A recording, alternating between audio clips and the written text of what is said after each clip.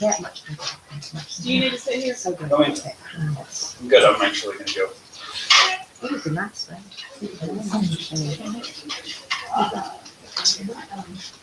Alright, well, Good luck to you. At least I got that back. If you're gonna use it, you might wanna turn it toward us a little bit. Okay, I'll. Turn it toward us so we can see it a little bit. Oh, boy, why do you need to You can't see. Like I want you to read. Joel, would you read everything on the phone? No, the work is too hard. I went right in the door. I just brought that back. Oh, I had it at home. I didn't use it. I see. It's been riding in the backseat of my car for about 4 days. Decorate your car.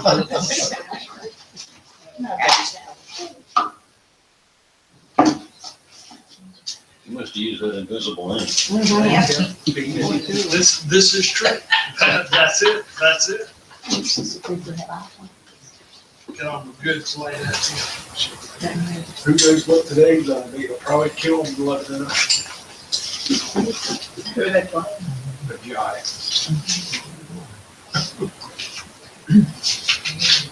It's two strong names, Braves and Giants. If I told y'all that, I can't believe I've wasted all this time, we've got 2 full books of the Bible Wow. to read today. And really letters, so that makes it a little bit better, doesn't it? 2 full letters, we've got to cover 2 full letters of the Bible today. It all takes about 10 minutes. To actually read them. Both of them, as you will see, they take up substantial room in my Bible. That is the 2nd letter of John, and that's the 3rd letter of John on that page. So don't get nervous. We will make it to church. We'll have enough time reading the scripture. And I got ready to pass those out, but I realized I'd be asking somebody to read a whole book of the Bible and they might get scared and leave. So I'll do that part. But I thought that was, I think your first thought would have been, oh gosh, we'll be here till lunchtime, at least getting through 2 full books of the Bible. But like I said, I don't think it'll actual reading, but you know me, I can take a page and talk for 30 minutes on it. So we'll fill up the time. Each book is only, as I said, 1 page. Last week, I believe you were covering, John and I were with our friends Joe and Kay Donahue. Joe was our minister in Mobile, and then he came up to Eastminster, and actually was the longest serving minister at Eastminster Church in Columbia. And they started a Foundation. foundation and named it for Joe, but it is a teaching church foundation. They've done amazing stuff. Similar, if you took us and extrapolated that out on the size of towns, we make a big imprint, I think, a footprint in this community. Well, they have done the same thing. While he was there, they built an entire new Christian Life Center. They built 2 big buildings there. But the whole idea was for the community more than it was for the church. They bring in, I think they said 300 or 400 children in the afternoon into those facilities and that type of thing. They are a teaching church, and so they named it for him. Very successful campaign, and that was. They started in January with a goal of $1 million, and they announced at the end of the service that we were at, Joe actually taught Sunday school and preached. He's 80. Somebody had to hold him up. I had to help him up and down the steps and that sort of thing. But where was I? They announced. They announced The that amount they of had money. raised $968,000 already since January. And typical of Joe, I must have taught him well, having done a fundraiser the last 20 years of my life, and that is, oh, if you raise that in those months, surely you set your goal too low, so why don't we, he suggested they move it on up to 2 or 3 million. And he said, he also told him, which is true, if you raise $1 million and let's say you got a 5% return on it, that's only $50,000. He said, you can't do enough with $50,000 to continue to grow this church, so y'all dig a little deeper. So I we gotta had a tell you what the premise of all this growing the church is. After services, I don't know if they were Sunday school services or church services at 11, but everybody in the church is in a committee of some sort, and you go out and do something. So you don't just sit around saying it wasn't that a good sermon. You go and actually minister to whoever needs it in the community, or they go, I guess, 25 to 50 miles away to do that. I thought that was a great idea. It is, and that's a very active church, but like I say, if we bring it down to size, I think we do a great job here. But in looking last week at 1 John, which y'all did, it appears that the same person wrote 1st, 2nd, and 3rd John. I guess his name must have been John. That's a good name, isn't it? And they say the way the scholars, and this happens to be William Barclay, that talks about this, it's not as much, it does include the items that are covered in all 3 books, but it's also things like the use of words and the use of thoughts and the way it is construed. It surely is a John, and they believe, again, that it's, and again, you may have covered all this last week, they do believe, of course, it's the same John that wrote the 4th epistle, and so that having been said, they move John 2 and 3 move very much like sermons. So you call them letters, but they really appear to be sermons. And I'll kind of combine 2 and 3 as we talk, and then I'll read them in just a moment. But they seem to address both the same ideas throughout. The words are the same. It doesn't, in many cases, it doesn't show, the words tend to blend almost exactly alike in the fact that phrases and the fact that it's not the best Greek as it looks at the languages, but shows the writer during writing on the same subjects. All the vocabulary, literary style, and theological ideas indicate that again, that same thought. Let me look. There was one reference in doing that it refers back to what Aaron taught last week, and that's in the 2nd chapter of 1 John 12 and 12 and 13, which 1 John 2, 12 through 14, excuse me. I knew that didn't quite flip to James.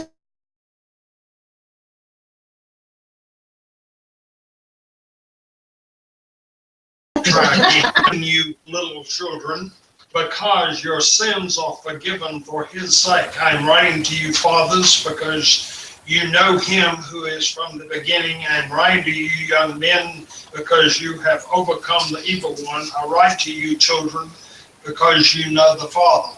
I write to you, fathers, because you know him who is from the beginning. I write to you, young men, because you are strong and the word of God abides in you, and you have overcome the evil one. So I think that, again, is how they are addressed. While the 1st John appears, again, written to a certain congregation. In this case, most of the points, as I said, basically those addresses out of one, in 2 and 3. 2 John is written to one specific church, and read that long letter. The elder to the elect lady and her children, whom I love in the truth, and not only, but also in all, because of the truth which abides in us and will be with us forever. Very similar to all 3 books. Then the very next thing is grace, mercy, and peace will be with us from God the Father and from Jesus Christ, the Father's Son, in truth and love. I rejoice greatly to find some of your children following the suit, just as we have been commanded by the Father. And now I beg you, lady, not as though I were writing you a new commandment, but the one we have had from the beginning, that we love one another. And in this love, that we follow the commandments. This is the commandment, as you have heard from the beginning, that you follow love. For many deceivers have gone out into the world.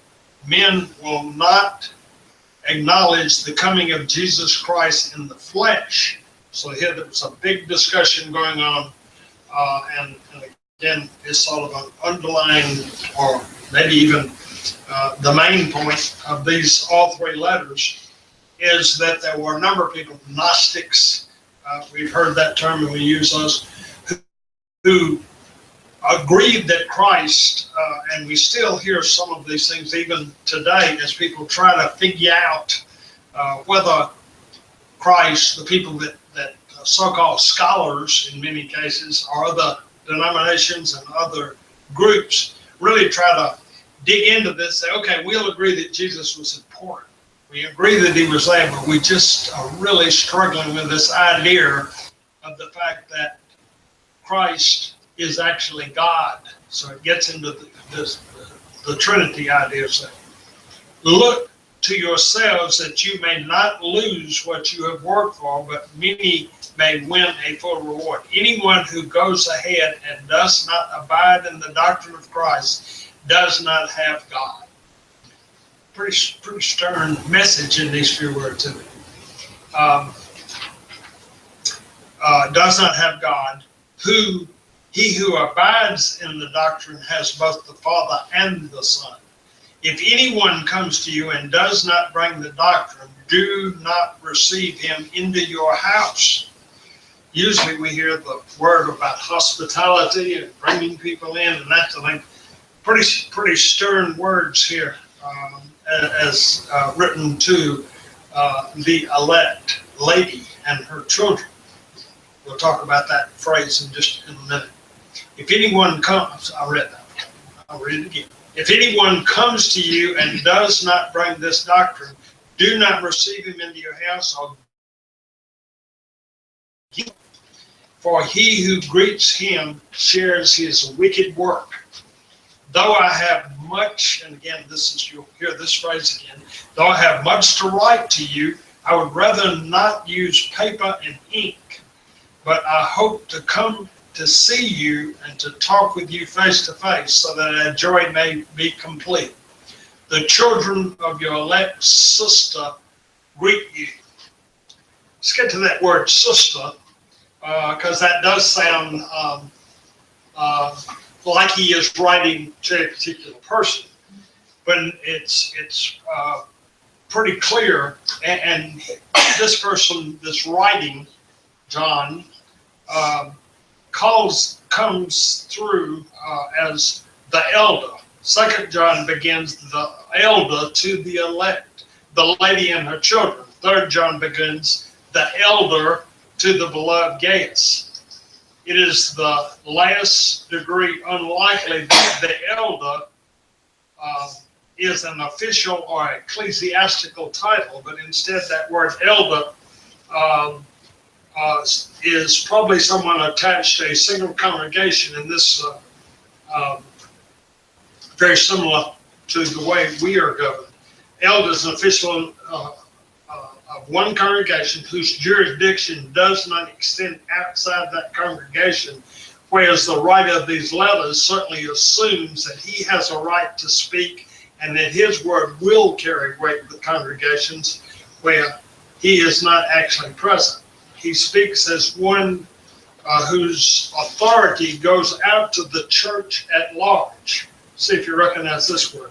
The word is presbyterios, which originally meant an elder, not in the official, but in the natural sense of the term. We would be better to translate it, this kind of ages us here, translate it as the ancient,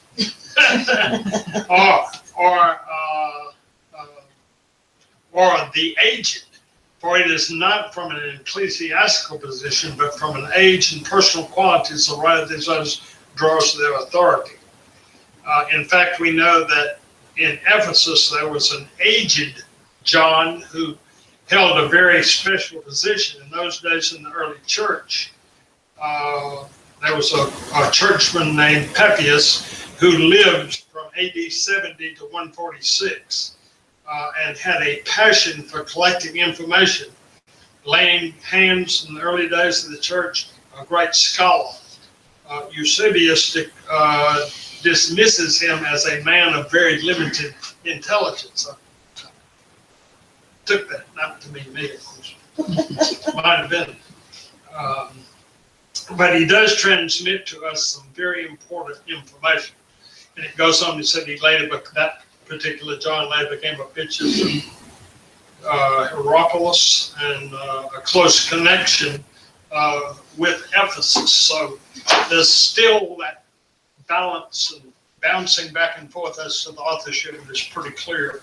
But I thought those are interesting words. It also clearly that says that elect lady and her children denotes, again, not a person and their offspring, but instead a congregation, probably written to a single church or a single congregation and the members, and then, or maybe even to a group of congregations, but still is that same warning of being aware for heresy, be aware, particularly at this time, of the Gnostics who are coming, and the clear message there. And let me go ahead and read 3 because we start talking. They intertwine so much. The elder, here again, calling himself the elder, to the beloved Gaius. So this addresses a person, but it, again, tends to be written, the one alone, this is the one of all of the 3 letters, the one written appears to be written to an individual, but again addresses similar topics. The elder to the beloved Gaius, whom I love in the truth. Beloved, I pray that all may go well with you and that you may be in health. I know that is well with your soul. We hear that hymn, all is well. For I greatly rejoice when some of the brethren arrive and testify the truth of your life, as indeed you do follow the truth. No greater joy can I have than this, to hear that my children follow the truth. Beloved, it is a loyal thing that you do when you render any service to the brethren, especially to strangers. So he is complimenting this congregation, particularly Gaius in this case, on the fact that as different people have come into their community, they have greeted them with open arms and assisted them, and you have testified your love before your entire church. You would do well to send them on their journey as befits God's service. So as these different folks came through the various towns, he is complimenting them on receiving it. Now, in a minute, we'll hear a different slant on that. And Well, I thought we already did. I thought he told them not to welcome them and not to even that greet was them. in, that's right, that was in 2. But this is actually going to name some folks Oh. in a moment. But thank you for following along. You did I'm well. listening. You did good. You done good. Mhm. So, we are to support such men that they may follow, that they be fellow workers in the truth. John was very concerned, as I said, with false teachings that were coming in. And like I say, he even tells them almost like Jesus at one point, you remember he tells the disciples they go into a town and they're not welcome to leave and shake the dust off their feet, remember? So this is sort of that same sort of idea that's coming up again in the 3 letters of John.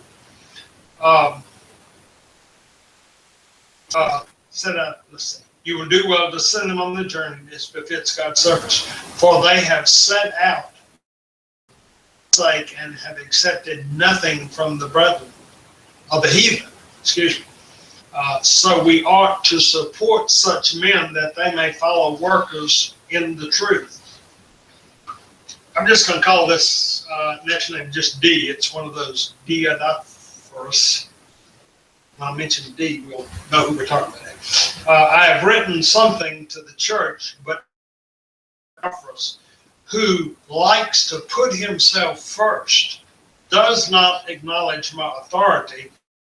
So if I come, I will bring up what he is doing. He's already said in 2 John that he wants to come there. The commentary, particularly in Barclay Hill, really emphasizes that point that he didn't just want to write these letters, and they speak to the fact that both of these are just very short. They're almost like, let me give you a quick note and let you know what I'm thinking, but I really want to come sit down with you and tell you what the main message that I want to give. A lot of that does deal with the false voices. So back to Mr. D there, it says, he puts himself first, does not acknowledge my authority. So if I come, I will bring up what he is doing, prating against me with evil words. And not content with that, he refuses himself to welcome the brethren. And also stops those who want to welcome them, and he puts them out of the church. So this seems to be a pretty, like a strong arm guy here that particularly is referenced in the other Johns, but calls out his name and then calls out the things that he is doing really without authority. He said he's more like sounds to me like the czar kind of a guy trying to run the church. Not only does he not welcome others, but he also punishes and sends people away from the church who try to support the true voices that are coming to the community. And not content with that, he refuses himself to welcome the brothers and also stops those who want to welcome them and put them out of the church. Beloved, do not imitate evil, but imitate good. There's really a lot packed in these little short letters. He who does good is of God. He who does evil has not seen God. And then this is the other person he mentions now. Demetrius has testimony from every one and from the truth itself. I testify to him too, and you know my testimony is true. Again, strong words and lots of important information is transferred in these, as I say, I've even said that these fill up a whole page. Well, you'll see what they actually do is about the top third of the page is telling you what you're going to read, and the bottom of the footnotes. So you're really dealing with that much. And that is the whole third letter of John. So he's pretty instructive to this crowd, and basically says to watch out for this guy, because he's really dominating the church, and if he is not, he's speaking against me with evil words, and he stops the. Demetrius has testimony from everyone and from the truth itself. I testify to him too, and you know my testimony is true. Just reading that a moment ago. I have much to write to you, but I would rather not write with pen and ink. Almost the exact same phrase. I'd like to talk to you face to face. Then he ends with, peace be to you, the friends greet you. Greet the friends, every one of them. That's those two long books I told you we would cover today. Some interesting little sidelines, I think, are woven all through this. And again, I think it's interesting that, well, last week when you did, that's 5 fairly short chapters in 1 John like you did last week. William Barclay can write that much. This much of a commentary about what's contained in the book. This right there is what William Barclay has to say about those 2 books we've just talked about. So they, I must have gotten some of their genes, because I can tend to take a 3-word sentence and stretch it into a 30-minute lesson. I guess I am kin to Mr. Barclay. That's what I really call him. That's pretty high statement. There were 2 or 3 things though. We've already talked about the fact that Barclay makes it the reference here about connection between these various things. But I think a kind of a funny point that he makes in here is that the reason we know that these are probably the earnest words coming from John and not someone else is that with their connection. He said, who would take the trouble to falsify or change words in something that somebody had written that was only a little teeny half of a page? So, if they're going to change something or try to take credit for something or try to change the authorship of anything, they wouldn't waste their time on something that was that little and seemingly insignificant. Problems that were in the early church threw vivid light on the problem which sooner or later had to arise within the organization of the church.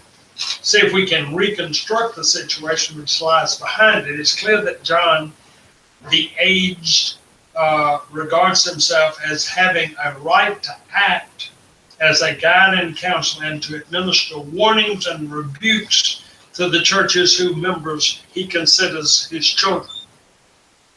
In 2 John, he writes of those who are doing well, and by implication infers that there are others who maybe are not so satisfactory. I thought that was an interesting statement that Barclay used there. He further makes it clear that there are itinerant teachers in the district, some of whom are preaching false and dangerous doctrines, and he gives orders that such teachers are not to be accepted and not to be given hospitality. That again sounds almost unchristian, but why don't you go talk to these people and see if we can't change them, or what they are so busy spreading what he considers dangerous doctrine, even hypocrisy. he tells them, like I said, almost like shake the dust off your feet. Don't talk to them. Don't give them any clout at all when they come to town by even speaking to them. You know, you hear people, it's almost, again, get some other references, like when the priest and the Jewish leaders walked by when and it was only a Gentile came over and sought to help a person who had been knocked into the street, and takes care of them and gives money to the innkeeper. Remember all those? Instead, we see here, you don't even, almost like walk on the other side of the street. Don't look over to them. Don't give them an eye. Don't give them credit. Do anything you can to not make sure that you do not support. Here, John is exercising what in him is an unquestioned right to issue orders to his churches, and is seeking to guard against a situation in which these itinerant preachers of falsehood may arrive at any moment. The situation behind 3rd John is somewhat more complicated. The letter is written to one, that's Gaius, whose character and actions John most thoroughly approves. Wandering missionaries have come to the church, men who are fellow helpers in the truth, and Gaius has given them true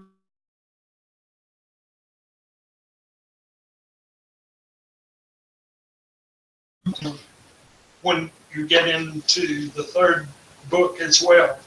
Also says that Gaius has been such a fellow helper of the truth and given true hospitality. In the same church is the other man who Diotrephes, D is always calling him, it's too hard to pronounce, loves to have eminence. He's depicted as a dictatorial character. The simplest explanation is that he must be a leader of a wandering band of teachers who are on their way to the church to which John is writing. So this may be some of those itinerant, he may be some of those itinerant preachers that is coming through.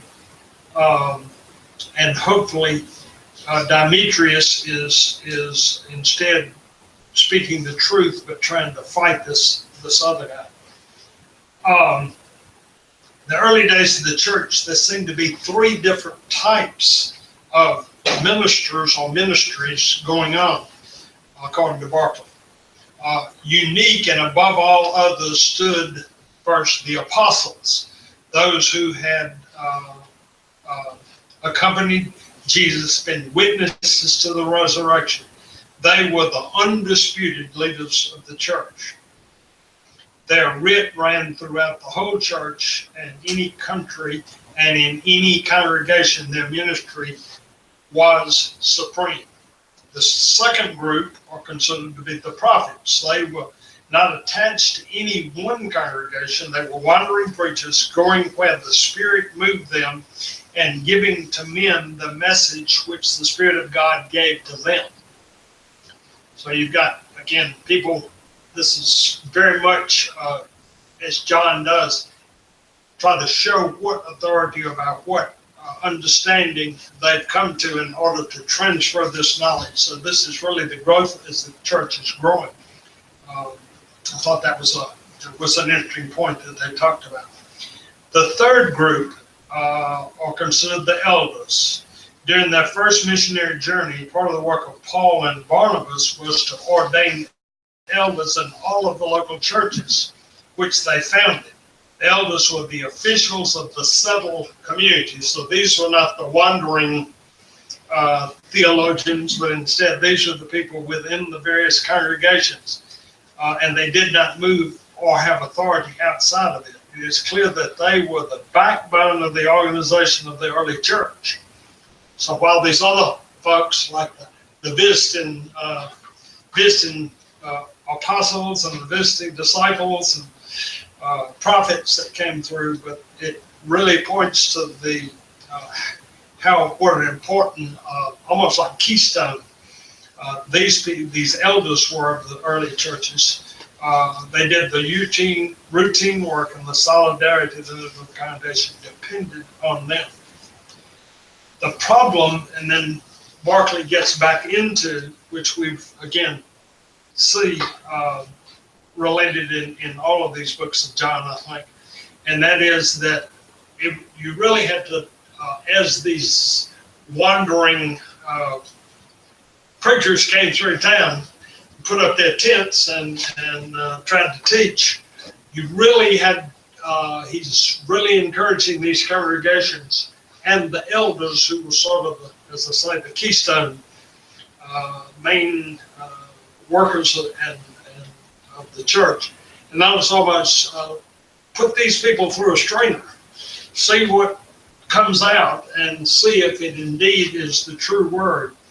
There was such a struggle with the Gnostics at this point, because it said they were trying to firmly connect themselves with Christ and the ideas that he has, but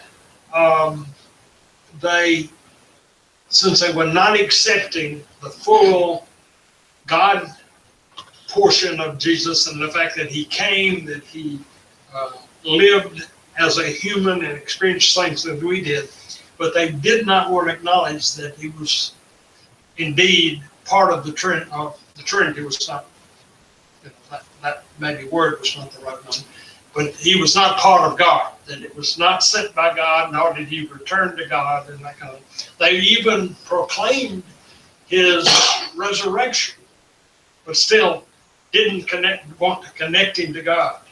They kept saying, we are really the scholars. He talks over and over again about how they really tried to sell themselves as the authority. And yet they were real ambiguous about teaching the words of the Trinity. I think that again, the idea of the elect lady, the idea of Gaius, and of these other false teachers, I think, is over and over talking, contained in these books. I realize I wandered because we jumped back and forth, but had to do something to figure out what to do with this little bit of knowledge we had. But Barclay found plenty to say about that. I think it's very interesting to look at the various things going on and to really realize that, like us, the congregation that is there and present in a community continues to have the main force. We can go to other cities, other churches, and things like that, but it's the solid body that is within a community is the strength of the church. And that we see that beginning in century number 1, and now we're in 2017. I think the idea of the anchor of the church, it's a heavy responsibility for us, but one I think that we can see the responsibility that we have as servants of God. Let's close with prayer. Our gracious Heavenly Father, we give you thanks for your word as is given to us. How just in a small letter we can see your influence, the great work of the early saints of the church, the way that they worked to spread your word and to make sure that your word did not get diluted or changed by those who were more concerned with improving their own station in life and importance, rather than understanding that their job was to support you and to work to become part of the great community of saints. We ask this in Christ's name. Amen. Amen. We'll do Jude next week. And, it's much longer. It's, almost 2 pages. Well, we'll see what happens. The old Beatles song.